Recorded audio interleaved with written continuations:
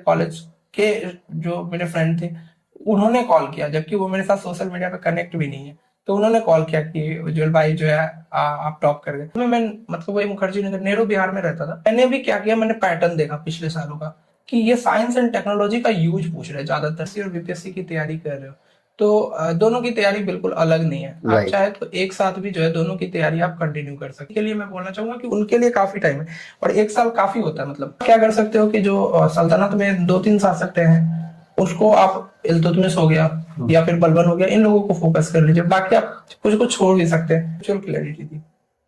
इसके अलावा history, geography आपसे बीपीएससी का पीवाईक्यू आपको पूरा कर लेना चाहिए, क्योंकि बहुत ज्यादा क्वेश्चन है नहीं। जब से आ रहा है क्वेश्चन बहुत ज्यादा, क्योंकि एक ही पेपर हो रहा है और पहले तो 3-3 साल में एक पेपर होता था। मॉक बनाए जा रहे हैं, उसकी क्वालिटी उस लेवल की नहीं है जिस लेवल की बीपीएससी पूछता है। या तो वो जरूरत से ज्यादा फैक्ट डाल के डिप्रेस करने के लिए वो हार्ड बनाए।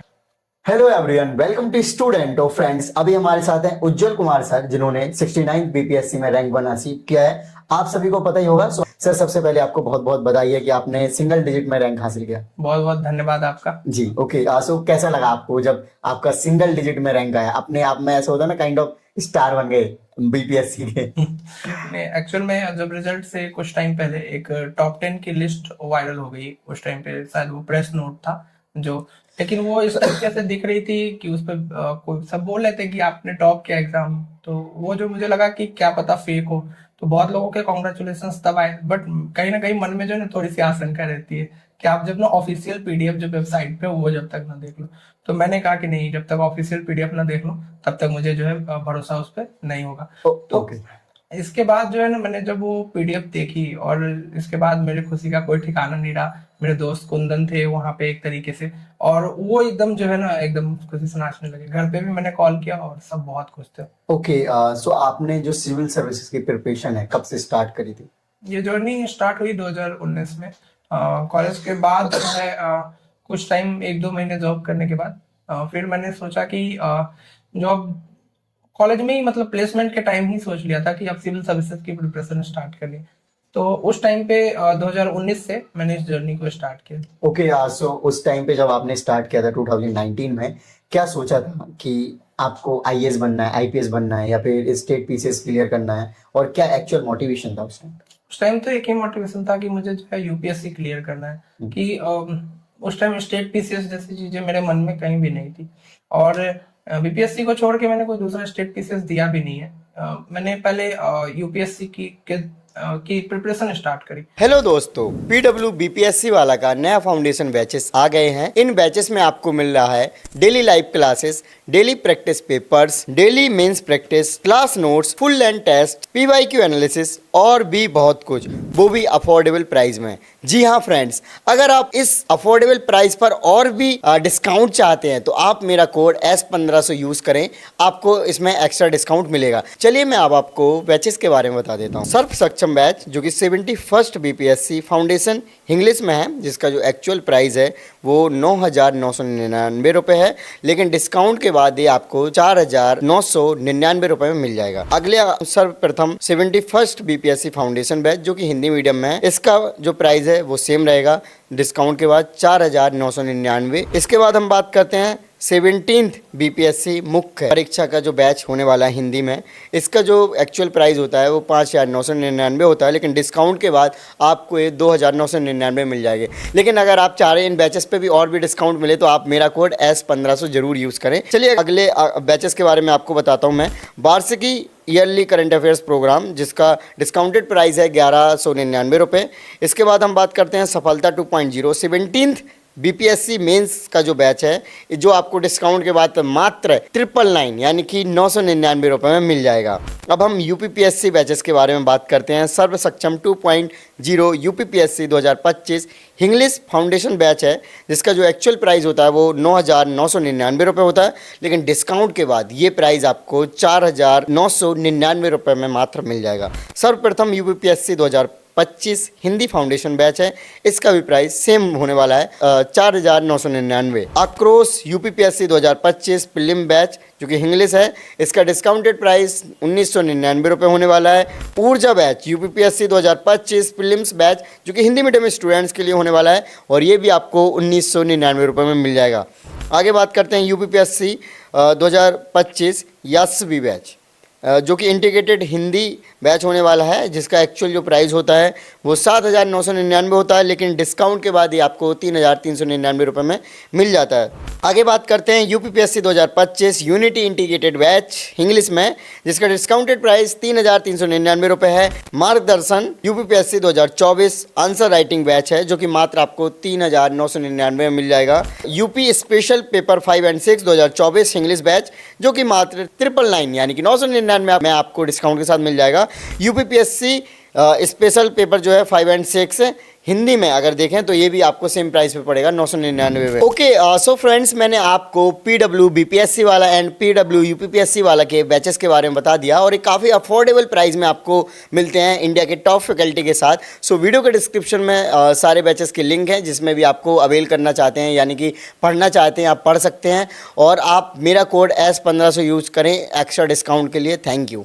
प्रिपरेशन स्टार्ट करने के बाद जब उसमें मुझे फेल्यूर मिले, लगातार 2 फेल्यूर मिले, तो मुझे लगा कि नहीं, एक बार ना स्टेट पीसीएस भी आपको देखना चाहिए। खास करके जो कोविड-19 का पीरियड आया, उस टाइम पे जब मैं 1 साल के लिए घर पे फंस गया था, काफी लोग फंसे थे, तो उस टाइम बिल्कुल ध्यान में आया था। ओके, जैसे आपके 2-3 अटेम्प्ट आपने स्टार्टिंग बताया नहीं हुआ, तो उस टाइम पे जैसे डिमोटिवेशन जैसी चीज़ें होती हैं, लोग भी काफ़ी डिमोटिवेट करते हैं, तो वो सारी चीज़ें आप कैसे डील करते थे?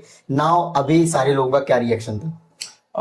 जब आप 2 बार अटेम्प्ट में फेल हो जाते हो, वो भी जॉब छोड़ के, कि आपने एक रिस्क लिया है और उस रिस्क के प्रति जो है आप फेल हो गए हो, तो एक तरीके से ये कोई ये नहीं देखता कि आपने मेंस दिखा है कि नहीं, आपने क्या इंटरव्यू दिया है या प्री में फेल हो रहे हैं, आपके साथ क्या समस्या है। सब ये रहता है कि आपने असफल हो गए हो।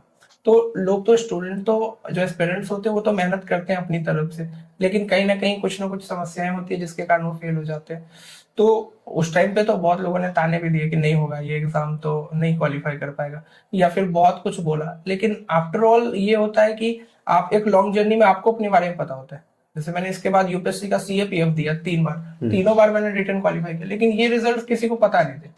तो सबको ये पता था कि यूपीएससी में फेलियर हो गया, लेकिन किसी को ये नहीं पता था कि इसका जो है काफी अच्छा चल रहा है। 71st बीपीएससी के लिए मैं बोलना चाहूंगा कि उनके लिए काफी टाइम है, और 1 साल काफी होता है। मतलब तो उस 1 साल की प्रिपरेशन को ना पहले प्री और मेंस के इंटीग्रेटेड की तरह देखे। मतलब ऐसा नहीं कि खाली प्री कर रहे हैं या सिर्फ मेंस कर रहे हैं, तो क्योंकि आप जो सब्जेक्ट प्री के लिए पढ़ेंगे वो मेंस में भी काम आएगा। जैसे पॉलिटी का एग्जांपल लेता हूँ, पॉलिटी का वेटेज प्री में सिर्फ 10 मार्क्स है, लेकिन मेंस में उसका लगभग वेटेज जो है वो लगभग 120 मार्क्स का है। ओके, तो ओवरऑल ये 900 मार्क्स के पेपर में आपका 120 मार्क्स बहुत मैटर करता है। तो आप जो है एक ऐसा नहीं कर सकते कि हम 10 मार्क्स के लिए सिर्फ 2-3 चैप्टर पढ़ लिए और छोड़ दिया। तो आपको एक ओवरऑल इंटीग्रेटेड तैयारी करनी पड़ेगी। दूसरी बात, तो मैंने पॉलिटी के लिए लक्ष्मीकांत को फॉलो किया, जो एक तरह से बाइबल है यूपीएससी और बीपीएससी की, तो उसको सब फॉलो करते हैं, आपको भी करना चाहिए। बस हमें थोड़ा सा ध्यान रखना है कि हम जो रिसेंट अपडेट्स हो रहे हैं ना, वो हम उसके साथ लिखते जाए, और जो हमारी डिमांड है उसको हम आंसर फॉर्मेट में लिखते जाएंगे। पीवाईक्यू में कैसे क्वेश्चन पूछे गए, सिर्फ लक्ष्मीकांत को आंख बंद करके नहीं पढ़ना। इसके अलावा जो है अगर मैं हिस्ट्री की बात करें, मैं एनसीईआरटी सोर्स के साथ गया हूँ, 6, 7, 8 की एनसीईआरटी पढ़ी है। इसके अलावा जो है 12th की थीम्स वाली बुक पढ़ी है, और जो बिपिन चंद्रा की बुक है ओल्ड एनसीईआरटी, वो भी पढ़ी है मैंने। तो ये आप स्पेक्ट्रम भी पढ़ सकते हो, लेकिन स्पेक्ट्रम और बिपिन चंद्रा में से कोई एक ही चूज करें। ओके, जैसे हिस्ट्री में 3-4 पोर्शन होते हैं, तो जिनके पास कम टाइम है, ऐसा होता है ना कि प्रीलिम्स में सारे क्वेश्चन अटेम्प्ट करके कट ऑफ नहीं क्लियर, मतलब कुछ ही कर लो 60-70% तो आपका कट ऑफ क्लियर हो जाएगा, और तो उसके लिए हम जैसे कुछ स्किप भी कर सकते हैं सब्जेक्ट को या टॉपिक्स को। तो क्या लगता है आपको हिस्ट्री में क्या स्किप किया जा सकता है? हिस्ट्री में अगर आपको स्किप करना है तो आप एंसेंट छोड़ सकते हो। मतलब एंसेंट के 1-2 चैप्टर, जैसे बौद्ध है, जैन हो गया, मतलब जो रिलीजन वाला चैप्टर है वो आप कर लीजिए, और 1-2 अशोक को कर लीजिए, समुद्रगुप्त को कर लीजिए, मतलब गुप्त वाले को कर लीजिए। मतलब आप चूज करके पढ़ सकते हो वहां पे।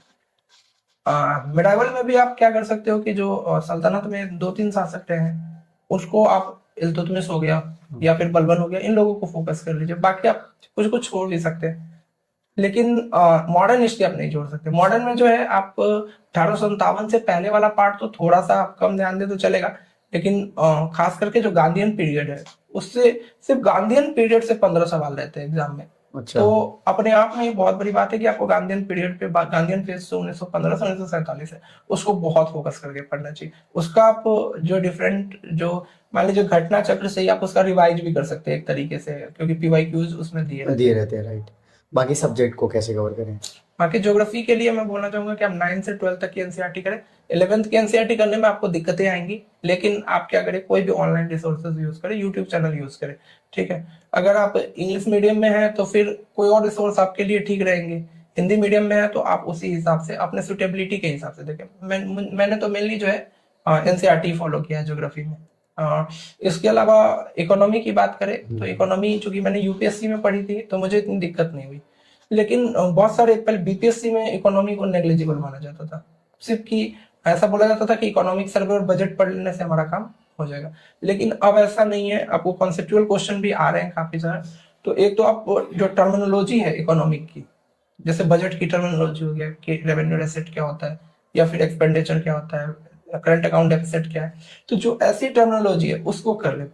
दूसरा जो है नेशनल इनकम जैसा चैप्टर कर ले, 5 ईयर प्लान कर ले, ये सब इंपॉर्टेंट चैप्टर है। और बाकी अगर आपको करनी है तो आप कोई बुक भी रेफर कर सकते हैं, जैसे कि मेरे पास जो यहाँ पे बुक रखी हुई है वो नितिन सिंघानिया है। तो मैंने नितिन सिंघानिया यूपीएससी के लिए बहुत पहले पढ़ी हुई है, मतलब 1-2 साल पहले। तो कॉन्सेप्चुअल क्लैरिटी थी। इसके अलावा हिस्ट्री ज्योग्राफी साइंसुअल क्लैरिटी थी।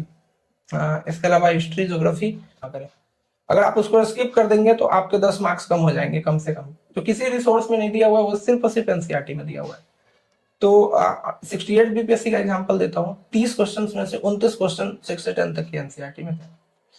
तो पहले हमने यही गलतियां की, मैं हो या फिर मेरा फ्रेंड हो, हमने कुछ एनसीईआरटी को इग्नोर किया, लेकिन बाद में हमने देखा अरे रिसोर्सेज यहीं से क्वेश्चन आ रहे हैं, तो फिर हमने उसको जो है दोबारा जाके कवर किया। ओके, बिहार स्पेशल की बात करें, उसको कैसे कवर करना चाहिए? बिहार स्पेशल के लिए आप कोई भी एक बुक पढ़ सकते हैं, मतलब सारी बुक अच्छी है, क्योंकि सारी बुक एक तरीके से कहीं ना कहीं से इम्तियाज अहमद सर की कॉपी है। तो वो आप जो है ना कोई भी बुक आप पढ़ेंगे, क्योंकि इम्तियाज अहमद सर की बुक काफी पुरानी हो गई है, तो उससे बेटर है कि आप कोई अपडेटेड बुक पढ़ ले। तो डिफरेंट जो है, जैसे बिहार समग्र हो गया, काफी अच्छी बुक है वो, मेरे पास वही है। तो उसका आप सब्जेक्टिव वाला वर्जन पढ़ ले, फिर ऑब्जेक्टिव से आप टेस्ट की तरह लगा ले उसको। राइट। सो आपने ओवरऑल अपनी स्ट्रेटजी बताई विद रिसोर्सेज। सो मैं जानना चाहूंगा कि प्रीलिम्स जब नजदीक आ जाता है तो उस टाइम पे प्रीलिम्स ओरिएंटेड करने लग जाते हैं, तो क्या प्रीलिम्स ओरिएंटेड करना चाहिए? ये जो है जब प्रीलिम्स आपका एकदम नजदीक आ जाता है तब तो आपको जैसे 15-20 दिन बचे, 1 महीने बचे, मेरे हिसाब से जब आपके प्रीलिम्स में 1 महीने बचे हो तो आपको पूरी तरह प्रीलिम्स पे फोकस करना चाहिए, क्योंकि प्रीलिम्स बहुत हार्ड स्टेज होती है। जैसे मेरे दोस्त पप्पू का भी एग्जांपल है बहुत बड़ा, कि उसके 2 बार प्रीलिम्स क्लियर नहीं हुआ, 67 68 में। उसका मेंस रेडी था, मुझे पता था कि जिस साल इसका प्रीलिम्स क्लियर होगा फाइनल रिजल्ट में अच्छी रैंक आएगी, लेकिन वही है कि प्रीलिम्स जैसा हर्डल उसके सामने आ रहा था। क्योंकि प्रीलिम्स में ना ये रहता है कि एग्जाम में थोड़ा भी प्रेशर हुआ, थोड़ा सिली मिस्टेक हुआ तो आप जो है बाहर हो जाते हो। मेंस में ये कि आप जो पढ़ के जाते हो ना, आप लिख सकते हो। आपकी जो आर्ट है कि आपने अगर प्रैक्टिस करी है ना तो आप पक्का लिखोगे, फिर वहाँ स्पीड ये सब मैटर करता है सिर्फ, लेकिन ये नहीं है कि आप कोई सिली मिस्टेक कर दो। राइट। ओके, जो प्रीलिम्स है उसमें पीवाईक्यू कितने ईयर की लगानी चाहिए, साथ ही साथ करंट अफेयर्स कितने टाइम पहले का कवर करना चाहिए? एक तो पीवाईक्यूज मेरे हिसाब से बीपीएससी का पीवाईक्यू आपको पूरा कर लेना चाहिए, क्योंकि बहुत ज्यादा क्वेश्चंस है नहीं, जब से आ रहा है क्वेश्चन बहुत ज्यादा, क्योंकि एक ही पेपर हो रहा है और पहले तो 3-3 साल में एक पेपर होता था। तो वो जो है बहुत ज्यादा नहीं, 150 क्वेश्चन है, उसमें भी करंट अफेयर वाला पार्ट हट ही जाएगा, 25-30 क्वेश्चन। तो बहुत कम क्वेश्चन है, मुश्किल से 1000 क्वेश्चन होंगे जो आप 10 पेपर्स में जो आप कर लोगे और बहुत इजीली कर लोगे। दूसरी बात जो है, अगर हम बात करें तो यूपीएससी का भी पीवाईक्यू आपको देखना चाहिए, कम से कम 5 साल का, कम से कम 2। आप चाहे तो अभी जो बीपीएससी का पैटर्न है ना, वो कॉन्सेप्चुअल हो गया है। हाँ, फैक्चुअल के एक्चुअल में वो ऐसा हो गया है जैसा यूपीएससी 2016, 17, 18, 19 में पूछी है। ओके। ये इस तरीके का पैटर्न हो गया, धीरे धीरे यूपीएससी हार्ड होती गई। तो मेरे हिसाब से आपको वो वाले पेपर्स देखने चाहिए, वहाँ एलिमिनेशन का बहुत स्कोप है। 2016 का पेपर अगर आप देखेंगे और उसको करेंगे तब आप एलिमिनेशन सीख पाएंगे। ओके, करंट अफेयर्स कितने टाइम का करना चाहिए? करंट अफेयर आपको जो है 1 साल पूरा करना है, लेकिन अगर आपको टाइम कम है तो कम से कम पीछे का 3 महीना और आगे का 3 महीना, ये छोड़ के बीच का 6 महीना का रिसोर्स क्या रखें? जैसे हिंदी वालों को बोला जाता है दैनिक जागरण पढ़ ले, या फिर अलग अलग मैगजीन्स आते हैं उनको। एक तो रिसोर्सेज की बात करें तो एक आप हिंदी मीडियम में अगर बात करें तो एक तो ई दृष्टि की मैगजीन आती है, वो काफी अच्छी है, यूपीपीसीएस के लिए तो बहुत फेमस है। मुझे ऐसा लगता था कि उस मैगजीन से अगर क्वेश्चन नहीं आ रहा है तो फिर जो है ना, ये है कि ये लगता है मुझे कि और मैगजीन से भी नहीं उसमें होगा ये क्वेश्चन, तो वो कट ऑफ डिसाइड नहीं करेगा। दूसरी बात कि अगर आप वन लाइनर कर रहे हैं तो वन लाइनर भी इम्पॉर्टेंट है, क्योंकि 8-10 तो रहते हैं फैक्ट्स फिर भी। तो आप कम से कम एसपीडी या फिर कोई भी एक पब्लिकेशन की हो गई, एडुटेरिया हो गया, केवीसी नैनो है, बहुत सारी पब्लिकेशन है, कोई भी एक वन लाइनर की बुक उठा ले, वन लाइनर की बुक कर ले। दूसरा जो है, आप अगर मेंस के लिए कर रहे हैं तो आपको बहुत डीप नॉलेज चाहिए, तो उसके लिए तो आपको पेपर पढ़ना पड़ेगा, न्यूज़पेपर पढ़ना पड़ेगा। ओके, मॉक्स वगैरह आपने लगाए? मैंने प्रीलिम्स का कोई भी मॉक नहीं दिया है, और प्रीलिम्स का इसलिए मॉक नहीं दिया कि मुझे लगता था कि जो भी मॉक बनाए जा रहे हैं उसकी क्वालिटी उस लेवल की नहीं है जिस लेवल की बीपीएससी पूछता है। या तो वो जरूरत से ज्यादा फैक्ट डाल के डिप्रेस करने के लिए वो हार्ड बना रहे हैं, ओके। लेकिन जबकि बीपीएससी का जो पैटर्न है वो काफी जो है एक तरीके से लचीला है, उसमें हार्ड और इजी क्वेश्चन का काफी मिश्रण एक तरह से देखने को मिलता है। ओके, और मेंस में जैसे आंसर राइटिंग होती है, तो आप एक आंसर बेटर लिखने के लिए कितने आंसर्स की प्रैक्टिस करिए? दूसरी चीज, आंसर लिखते हुए आप कौन कौन से पॉइंट्स, एक फॉर्मेट को ध्यान रखते हैं कि बॉडी में इंट्रोडक्शन होना चाहिए, फिर इतने पॉइंटर्स होने चाहिए, किस तरीके से डिजाइन होना चाहिए आंसर? एक तरीके से पहले तो आंसर राइटिंग की बात कर रहे हैं। जहाँ तक आंसर राइटिंग की बात है तो सबसे पहले मैं बताऊंगा कि मैंने काफी प्रैक्टिस करी है, मतलब काफी आंसर्स लिखे हैं, जिसमें क्या करता था कि बीपीएससी के जो पीवाईक्यू है वो तो लिखता ही था, इसके साथ साथ जो है यूपीएससी के पीवाईक्यू जो रिलेवेंट है, जैसे पॉलिटी रिलेवेंट है, तो मैंने उसके आंसर्स लिखे खूब सारे। और इसके अलावा जो जैसे ज्योग्राफी हो गया, इकोनॉमी हो गया, जिसमें पीवाईक्यू कुछ आए हुए हैं जो इसके सिलेबस से थोड़ा मैच करते हैं, उसके पीवाईक्यू भी देख के लिखे। जैसे आपने बताया था कि आपको चेचक और एक दो बीमारियां और हो गई थी, और जब इस तरीके की बीमारी होती हैं तो स्टूडेंट्स का जो पढ़ाई का शेड्यूल है वो एकदम खराब हो जाता है, देन माइंड भी काफी डिस्टर्ब हो जाता है। एक तो ये होता है कि यार हमारा 1 महीना 15 दिन खराब हो गया, इसके वजह से ओवर थिंकिंग हो जाती है कि यार बाकी लोग पढ़ लिए होंगे, या फिर मेरा एग्जाम नजदीक है, मुझे पढ़ना चाहिए था, सिलेक्शन हो जाए। तो वो सारी चीजें कैसे डील करनी चाहिए, और अगर आप इस तरीके की सिचुएशन में हैं तो पढ़ने का टाइम कैसे निकाल सकते हैं, या फिर वो कहते हैं ना कि वीडियोस वगैरह के थ्रू भी पढ़ लें ताकि कि पढ़ाई हो सके? एक तो मुझे दो ऐसे इंसिडेंट मेनली है, मतलब ऐसे तो तबीयत खराब होती है लोगों की, लेकिन एक तो मुझे जब डेंगू हुआ था, उस टाइम मेरा मतलब ये मेंस से पहले की बात है, तो डेंगू हुआ, तो उस टाइम पे डेंगू का जानती है कि बहुत हालत खराब रहती है, तो ओवरऑल जो है उसने एक तरीके से पढ़ाई पे थोड़ा ब्रेक लगा दिया, 1 महीने के लिए घर भी रह गया। तो उस टाइम पे मुझे लगा कि नहीं, मेरा 1 महीना बर्बाद हो गया क्या, लेकिन मैंने सोचा कि नहीं, अगर आप हेल्थ में अच्छे हैं तो अगला 1 साल अच्छा हो सकता है, तो वो रिकवर करते हैं। मेनली उस टाइम का स्ट्रेस आपका को नहीं होना चाहिए। दूसरे टाइम सबसे ये था कि मुझे चेचक हो गया था, बीपीएससी का 67th एग्जाम होने वाला था, उससे जस्ट पहले मुझे चेचक हो गया, और उससे भी बड़ी बात है कि उसी टाइम बीपीएससी का पैटर्न चेंज हो गया ऑप्शनल का। तो मुझे लगा कि मेरे पास 15 दिन है, इन्होंने पैटर्न भी चेंज कर दिया है, ऊपर से मुझे चेचक है, तो कैसे हो पाएगा। बट उस टाइम दोस्तों ने बहुत हेल्प करी, क्योंकि फैमिली आ नहीं सकती थी दिल्ली, तो उस टाइम जैसे पप्पू है, राजू है, तो वो लोग आते थे कभी, मतलब जैसे उस टाइम में अलग रहने लग गया था, तो वो लोग तब भी आते थे। मैं बोलता था कि मत आओ, तुमको भी हो जाएगा, तो वो बोलते थे नहीं। तो जैसे खाना वाना बनाना हुआ तो बना के जाते थे कि आप, मैं बना दे रहा हूँ खाना, आप खा लेना बस। तो मतलब ये होता है कि काफी सपोर्ट रहता है, फ्रेंड लोगों का बहुत सपोर्ट रहता है, या वो श्रवण हुआ या अंकित हुआ और नंदिनी है, मतलब काफी फ्रेंड है, मतलब काफी अच्छा रहा काफी। राइट। मैं इंटरव्यू एक्सपीरियंस के बारे में जानना चाहूँ तो ओवरऑल आपका जो इंटरव्यू गया था आपके एक्सपेक्टेशन के अकॉर्डिंग गया था? मेरा इंटरव्यू से मैं सेटिस्फाइड था, मुझे ये नहीं पता था कि वो सेटिस्फाइड थे कि नहीं, क्योंकि एक तो यशपति मिश्रा सर का बोर्ड था, और वो मतलब थोड़ा नॉन रिएक्टिव रहते हैं, मतलब पता नहीं चलता उनके चेहरे के एक्सप्रेशन से। दूसरा, मेरे वाले इंटरव्यू में उन्होंने थोड़ा प्रेशराइज किया काफी, जैसे कुछ ऐसे क्वेश्चंस पूछे जिस पर अगर आपके आंसर्स थोड़े भी इधर उधर हुए तो फिर आप प्रेशराइज हो जाओगे। तो आपने कैसे कॉप अप किया उन क्वेश्चंस को? मैंने इंटरव्यू बोर्ड के साथ मैंने सोचा कि मैं जो पढ़ के आया मैं वो करूंगा, कि मैंने डिसएग्री भी किया काफी सारे मुद्दों पे, कि जैसे उन्होंने बोला कि सिर्फ मैरिज के बेसिस पे रिजर्वेशन खत्म किया जा सकता है, कि अगर सारे जो शेड्यूल कास्ट शेड्यूल ट्राइब है उनकी शादी ब्राह्मणों से करा दी जाए, तो मैंने डिसएग्री किया इसको कि नहीं, इसके बेस में कोई भी फैक्ट नहीं है। अगर ऐसा होता तो इंटरकास्ट मैरिज हो रही है, चीजें चेंज हो जाती। और इसके अलावा मैंने बोला कि सोशल एंड एजुकेशनल अपलिफ्टमेंट की बात है, तो वो जो है ना आपको समाज में इक्विटी लाके होगा, तो इक्विटी के लिए मैरिज कोई सॉल्यूशन नहीं है। तो एक तो मैंने ये डिसएग्री किया था। दूसरा मैंने इस पे बात करी थी, उन्होंने एक क्वेश्चन पूछा था कि जब भारत बांग्लादेश रिलेशंस के बारे में पूछ रहे थे, तो उन्होंने इस्लामिक एक्सट्रीमिज्म के बारे में बात करी थी थोड़ी। तो मुझे लगा कि ऐसा टॉपिक है कि मेरे मुंह से कुछ भी अगर गलत निकलेगा या कुछ भी बहसनेस निकलेगा तो दिक्कत होगी। लेकिन मैंने उस पे कहा कि इस्लामिक एक्सट्रीमिज्म बहुत सारी जगह है, सऊदी अरब में भी है, यहाँ भी है, मतलब बहुत जगह है, लेकिन वहां खतरा नहीं है। वहां पे डिपेंड करता है कि गवर्नमेंट उसको कैसे वो कर रही है और टेररिज्म का रूप नहीं ले रही है। तो टेररिज्म का रूप अगर नहीं ले रही है तो एक्सट्रीमिज्म खतरा नहीं है। कोई भी एक्सट्रीमिज्म तभी खतरा होगी जब जो है वो दूसरे के लिए खतरा बने। Right, okay. So last time जो इंटरव्यू हुआ था और इस बार जो इंटरव्यू हुआ है, तो लास्ट टाइम आपके मार्क्स वगैरह कैसे रहे थे इंटरव्यू में? मैंने 3 इंटरव्यू दिए बीपीएससी में लगातार, 67, 68, 69। 67th में मुझे सबसे हार्ड बोर्ड मिला था, वो सर अभी वो उनका रिटायरमेंट हो गया, इम्तियाज अहमद करीम सर, उनके बोर्ड में मुझे 75 मिले। बट वो जैसा इंटरव्यू गया था मुझे लगा कि कम से कम 90 आएंगे, लेकिन वो 75 गया, तो मुझे समझ आ गया कि बॉडी हार्ड था।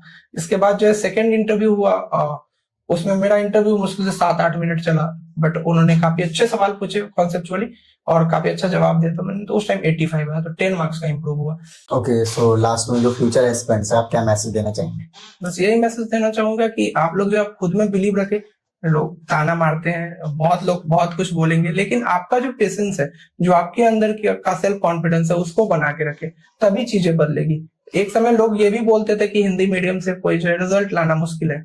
आज जो है हिंदी मीडियम से जो है टॉप रैंक लाके मतलब मेरा ही नहीं, मतलब ऐसा लगता है कि वो ड्रीम जो लाखों स्टूडेंट का था ना, वो कहीं ना कहीं कंप्लीट हो गया है। और एक तरीके से कभी ना कभी यूपीएससी में मैं या फिर मेरा दोस्त या मेरा कोई दूसरा भाई जो तैयारी कर रहा है जरूर हिंदी मीडियम में अच्छी रैंक लेकर आएगा। बस यही अब जो है अंतिम जो है ऐसी तमन्ना है मेरी। Okay, thank you so much sir for your lovely message. So friends, आपने देखा कि इन्होंने अपने ओवरऑल एक्सपीरियंस को काफी डिटेल में शेयर किया। डेफिनेटली आपको आपके प्रिपरेशन में काफी हेल्प करेगा और आपको जानने को मिला होगा कि कैसे आप अपनी प्रिपरेशन को और बेटर कर सकते हैं। आई होप ये वीडियो अच्छा लगा हो तो इस वीडियो को लाइक करें। थैंक यू, जय हिंद।